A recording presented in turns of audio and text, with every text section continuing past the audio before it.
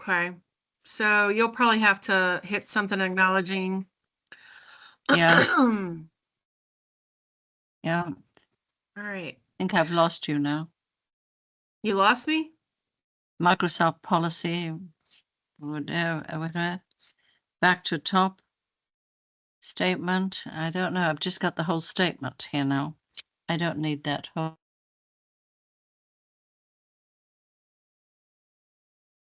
Okay, well, let's give it a second and let Naris get back on. This is a unusually small group, but maybe it's because everybody knows I'm recording it and they can watch it later. But I do think it's really valuable to be here in person because you can ask questions, and usually they're questions that other people haven't thought of, but can benefit from hearing the answers to. So, all right, here's Naris. You're back? Yeah. I'm not touching anything else. All right. Are we There we good? go. Yeah, that's it. No drama.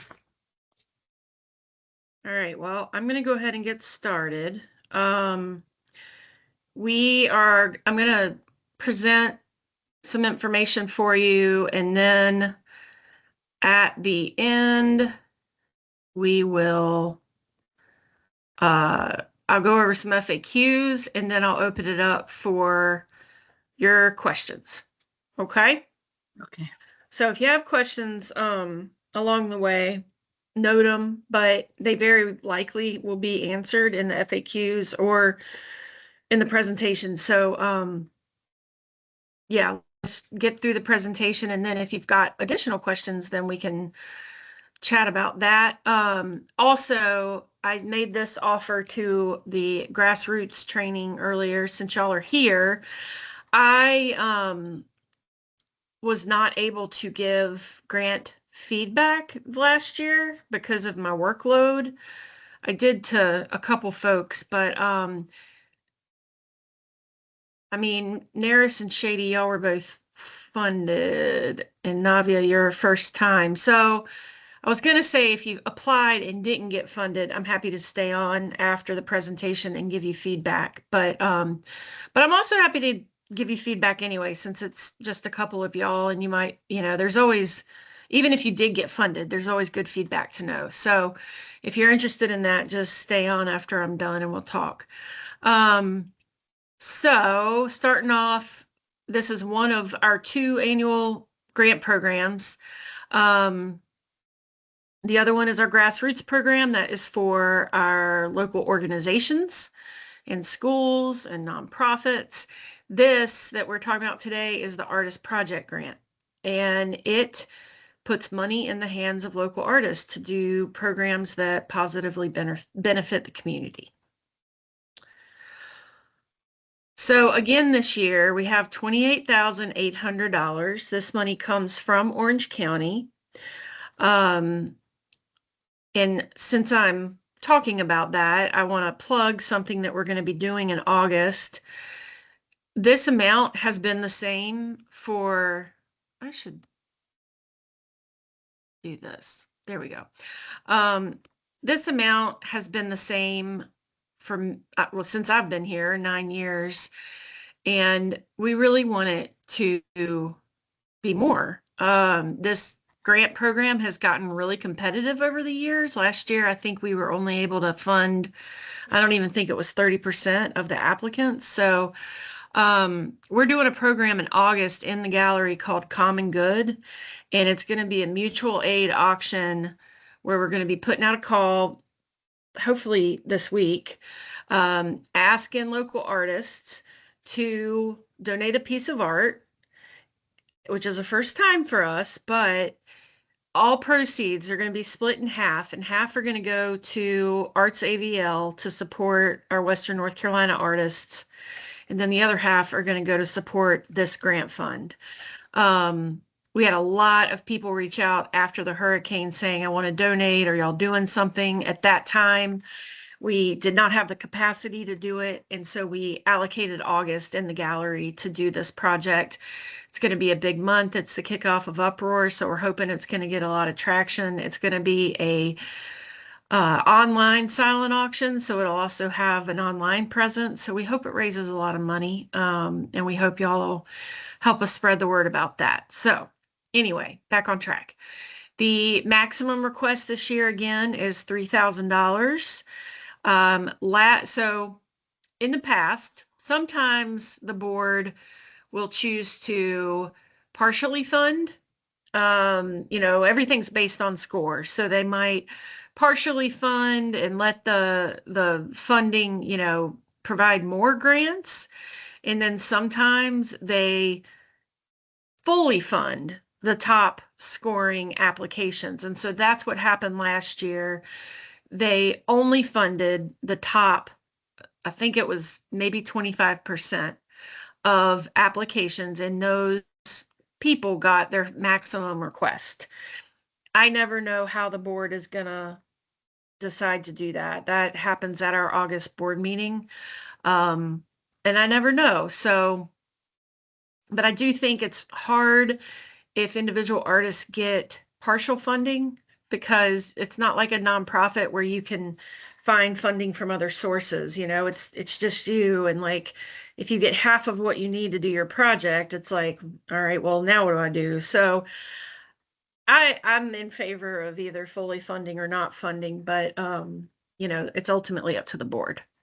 So the grants are open now, and they're open through Monday, June 30th, 11:59 p.m. Like I said, our board meeting, when the funding decisions are decided, is the second Monday of August, and then I try to let everybody know as soon after that as I can. And then we go to a Board of County Commissioners meeting in either September or October, and that should be, actually both of these should be 2025. Sorry about that.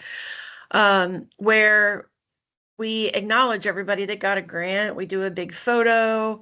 It's really important. It is a visual representation to the county commissioners of our arts community. It tells them this is important. This money is going to real people in our community doing real things. So I really, it's not a requirement. I know sometimes things come up or you're out of town or whatever, but I, really encourage you to make this county commissioners meeting. It's also a feel-good thing for them. It's one of the few things they get to do that's enjoyable and joyful. So, yeah, so just, more information to come from that.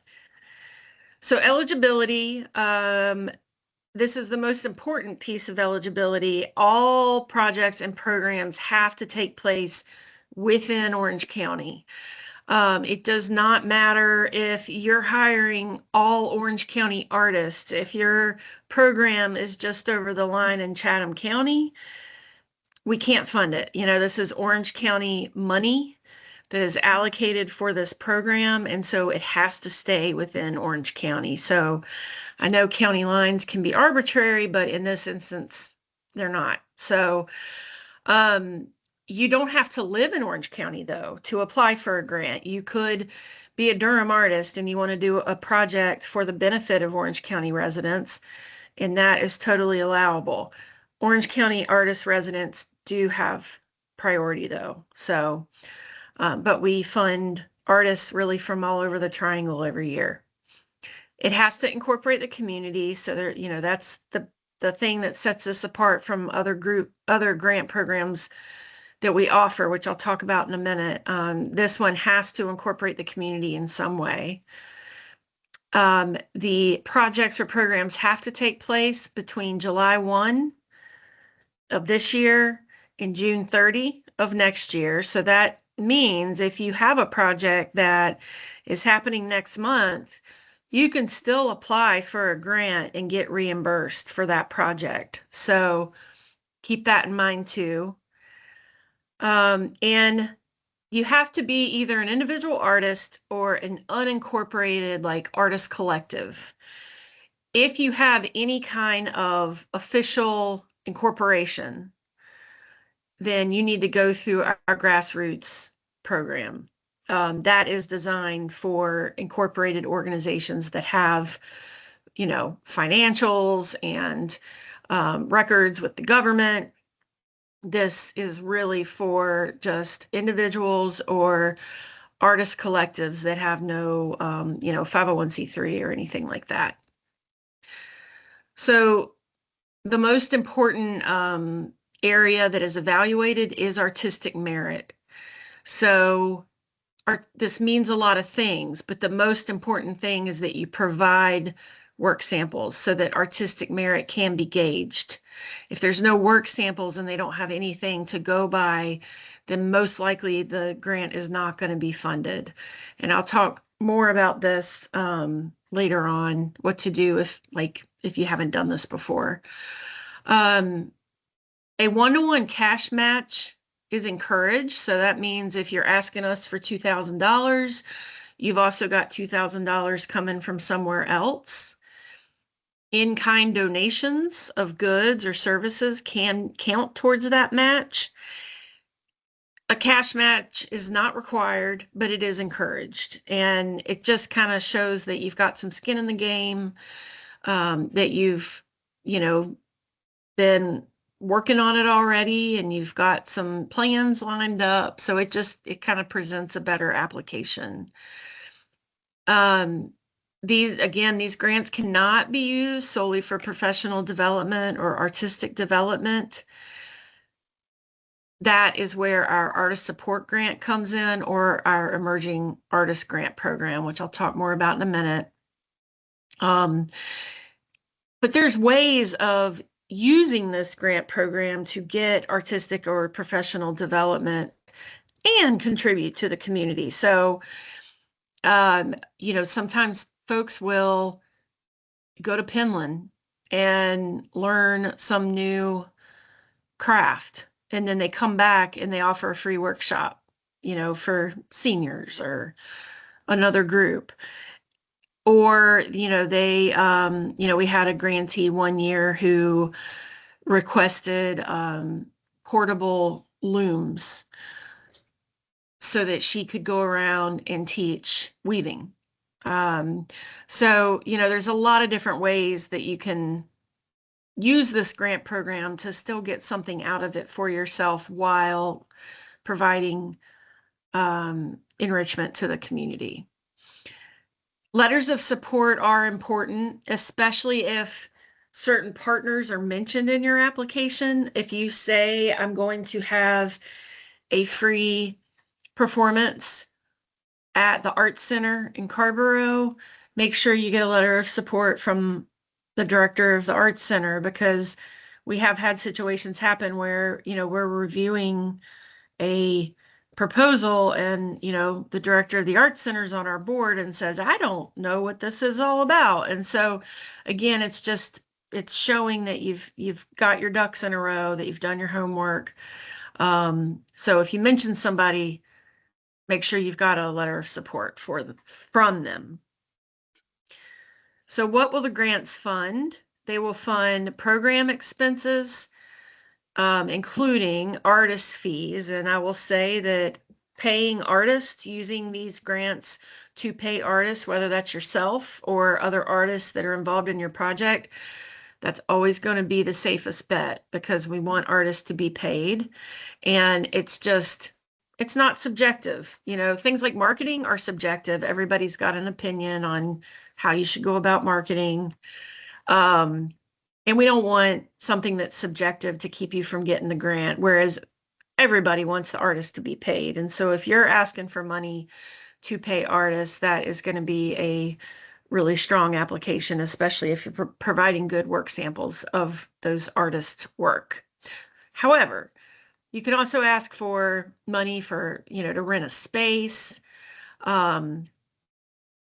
supplies like scripts or costumes, props, equipment, training and travel. Again, like you want to go to Penland, you could ask for money to fund that tuition or travel expenses. Travel expenses, I will say, sometimes panels get weird about it. I don't know why. but I have seen some panels be like, well, we don't want to pay money for an airline ticket. Whereas if they just flip the budget around and maybe the artist is paying for the airline ticket, but asking for money to pay their way or pay themselves, something like that, it just lands better. And then again, supplies for a project that will have an impact. So there's some things that the grant will not fund. Art therapy is one thing that these will not fund, and that's important to know. We are art people, we're arts administrators, we are not medical providers, and we are not qualified to evaluate art therapy grants. And so that's why that's not fundable. Food and beverage, we cannot fund.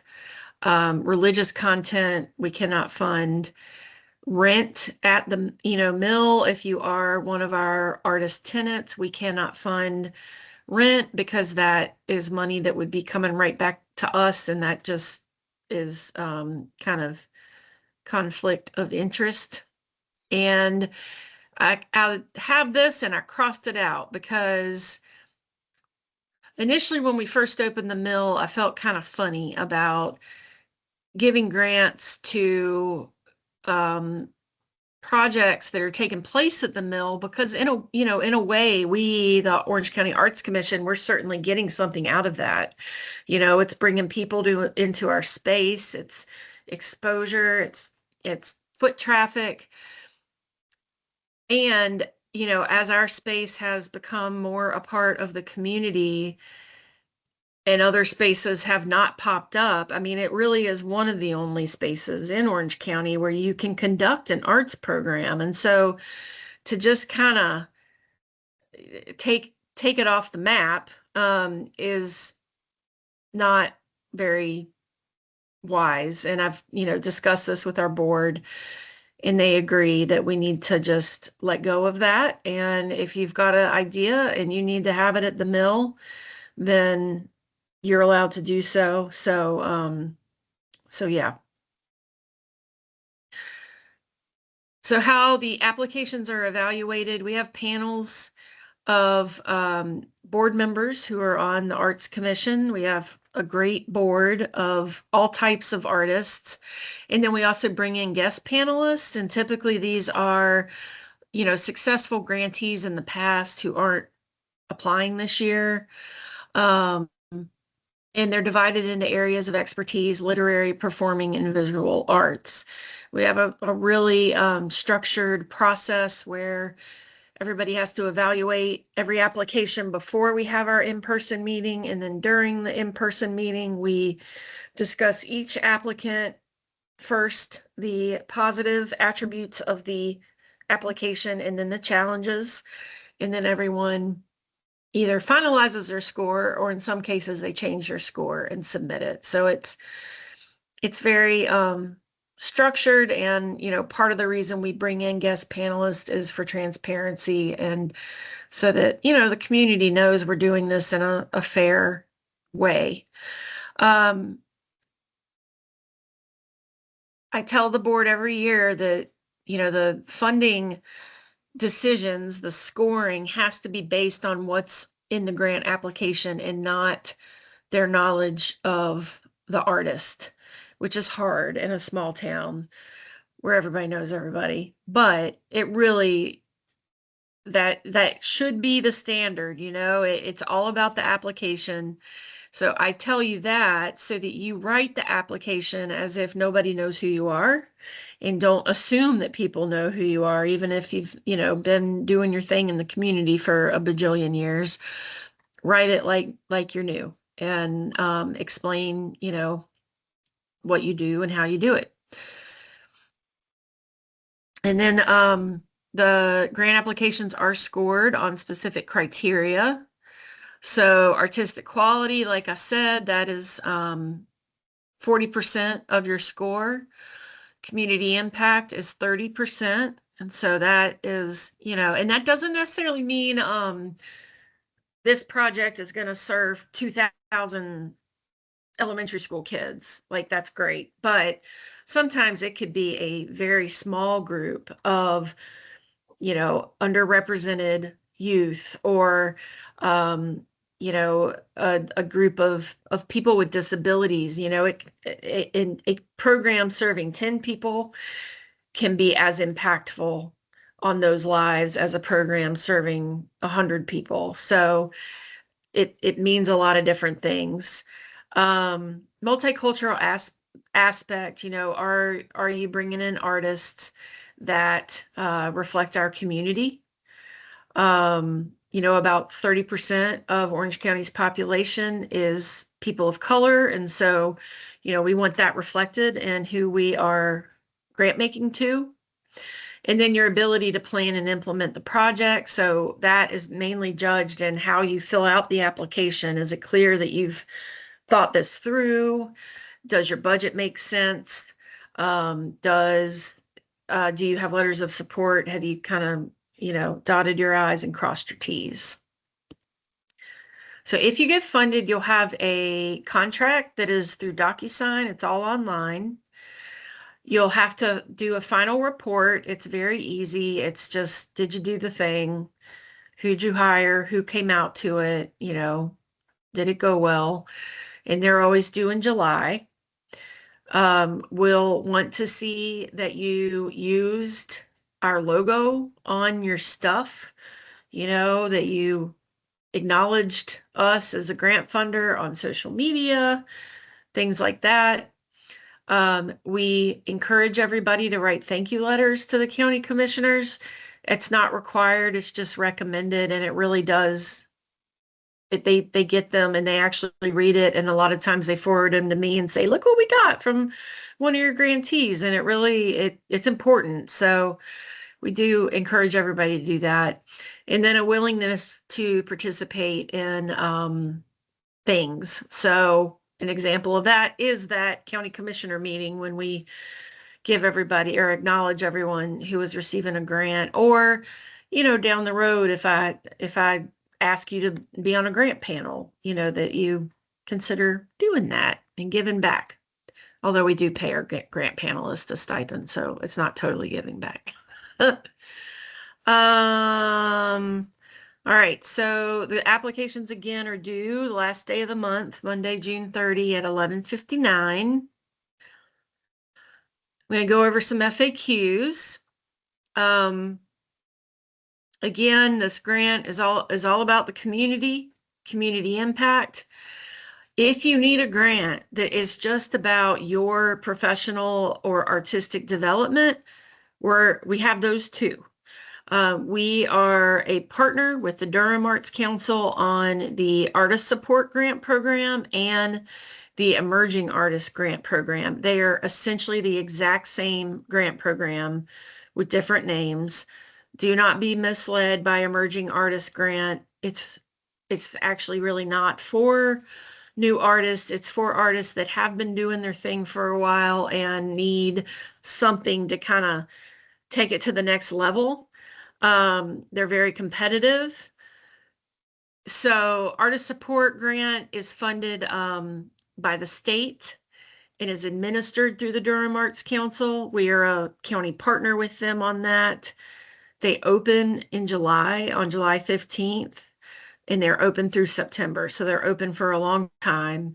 The Emerging Artist Grant Program is funded by some private donors and then the counties that are participants in it. So we help fund it, and that will open later in the fall. And the needs of our community have not changed very much, and they remain space and access. So, space for artists to be artists, whether that's exhibit space, whether it's rehearsal space, performance space. So if you're, a good example of this is we have a local artist who turned her basement into a gallery for visual artists. And, they're not an official organization. She has just, come through us to get grants in the past to help support the operations of this kind of pop-up exhibit space. And it's important because we don't have a lot of exhibit space, especially in the southern part of the county. And then access, we have a lot of arts providers in Orange County, but for the most part, you got to have some financial means in order to participate. And, we want everyone to be able to participate in the arts. So if you're doing something that is going to allow people free access, especially that is accessible, where you're being mindful of people with different abilities, people with, speaking in different languages, those are going to be viewed as a higher priority. Again, equipment and supplies are allowed as long as there's some sort of greater community benefit. I gave you the example earlier of the portable looms. So some examples from last year, one of which is here on our meeting today. So NARIS applied to support performers at the community dinner that happens every year in Carrboro. And so she applied as herself and got funding so that she could then hire the cultural performers at the dinner. Renzo Ortega, local artist, he received funding to do a free self-portrait workshop with area youth. And then Marie Rossetti and BJ Warshaw, they run a artist residency down in Chapel Hill, and they've gotten grants from us a few times where they bring in like a really interesting, unique artist, usually from New York because they used to live there. They bring them down, they do an artist in residence at their retreat called Level, and then they do some sort of free community program. And that they've varied from demonstrations to kind of immersive installations, all sorts of stuff. So those are a few examples. There's a full list on our website. If you go to the Artist Project Grant page on the website, there's a link there to everybody that got a grant last year, so you can see some other examples. You can apply, even if you got a grant last year, there's nothing saying that you can't unless you haven't given us your report. That is the only thing that will keep you from being qualified for consideration. The grant reports are due about a week before our panels. So if I do not have your grant report, then you're taken out of consideration for the panels. So it is a big deal to do your report. If you have multiple ideas, you can submit multiple applications. Oftentimes, because the funding is so limited, the board will choose one or the other because they want to spread the love a little bit. But, there's nothing stopping you from submitting multiple good ideas. Matching funds, like I mentioned earlier, you can use in-kind donations as a match. So you're having a free concert at the Arts Center, and the Arts Center is donating you the use of their theater. The value of that space for that night can go towards your match. Or let's say you have, a local print shop who's offered to print flyers for you. That can also count as a match. Shady, what's up? For the artist's time not being used for matching, if I'm working with another organization and that organization is putting their staff time into it, should that also not count? No, I think that would count because it's different. We just, we try really hard to change this narrative of artists being expected to donate their work and their time without pay. So, we're just always like banging that drum, like artists need to be paid. And so if you're working with a nonprofit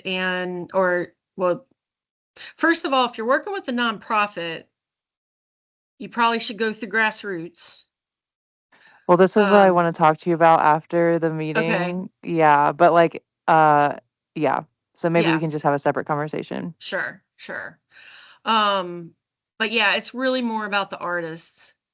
And it is about, you know, artist time is valuable. Artists need to be paid for their work. But I also know there's a lot of artists out there who are like, I'll donate my time. I don't mind doing that. And that's wonderful. And I am really happy that you're in the position to do that. And there's a lot of artists that cannot do that, that are not in the position to do that. So every time an artist donates their time, they're setting that expectation, and they are taking away a paid opportunity for someone that is out there hustling, trying to make a living being an artist. So, um, you know, I always say, if you're like the dad band that doesn't want to be paid, they just want to play at a bar, well, get paid and then donate it to the guy who is out there trying to make a living, as a singer-songwriter. Just let's change that expectation. So anyway, I'm going to get off my soapbox on that. Um, and then, so the budget is always the tricky piece for folks. Um, it has to be a zero-based budget. So your income has to equal your expense. And that is because we can't fund a fundraiser, we can't fund a moneymaker, and we also don't want to fund a project that is planning on losing money. That's just not smart for anybody. So it's got to equal zero. So that is very important. So if you've got an idea and you haven't figured out who your artists are going to be, you can still apply.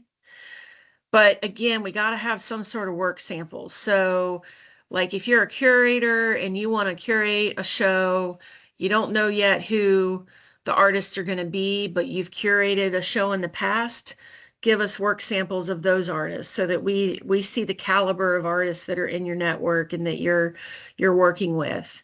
We got to have something to go by. So that's really important. Every year we get applications that are a great idea, and then there's not work samples because they don't know who the artists are yet. And then we basically have to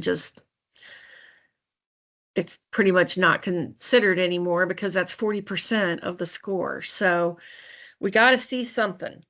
Or if you are, wanting to create new work, obviously that work has not been created yet, but give us samples of past work so that we can see what you do. So the main tips are: be clear and concise. There's word limits on the application. If you come in under those word limits, that's great. You do not have to write 500 words just because it says 500 words. Try new things. Sometimes, I don't know, in the past, the board really didn't like seeing similar projects year after year. But I don't know, I've kind of seen them shift on that too, where if there's like a long-standing program and it is, killing it year after year, then I mean, why not keep doing it? But there's always a new component. You always want to, explain that this is how the project is continuing to grow and change and respond to the community. And then again, just get letters of support. Anybody that's mentioned in your application, get letters of support. And then here is my contact info, which I think all of y'all have at this point. So I am going to stop sharing, and I'm going to open it up for just general questions first while we're still being recorded. And then if y'all have one-on-one questions, we'll do those after, and I'll end the recording. So any general questions? I think you've covered most of it. I mean, I'm going for the 26th dinner and doing the same because having this significant amount of money this year made a huge difference to our relationship with the performers. It was, treating them like professionals. And so I think the psychological effect of paying people proper money, for participation, was just enormous. So I will give the same examples as I'm giving in the report, because we haven't had a meeting to get next year's. We just had the dinner. So Are you So- going to hire the same no, artists we again, or always have different? we always hire different groups. Okay. Yeah, we never hire the same people, and very rarely, to give everybody a chance. And we sad, and this may be helpful, when we gave the money to the artists, that we hoped that it would help the group develop, group development, or buy instruments, or do something, that the money was hopefully going to be used for group development. Yeah. Good. So, yeah. And Okay. yeah. So I thought that would, and they were performing artists, all of them. Yeah. Okay. Navia or Shady, do y'all have general questions? Not any general questions. Okay. All right. Well, then I am going to end the recording. And where do I do that? Stop. Okay.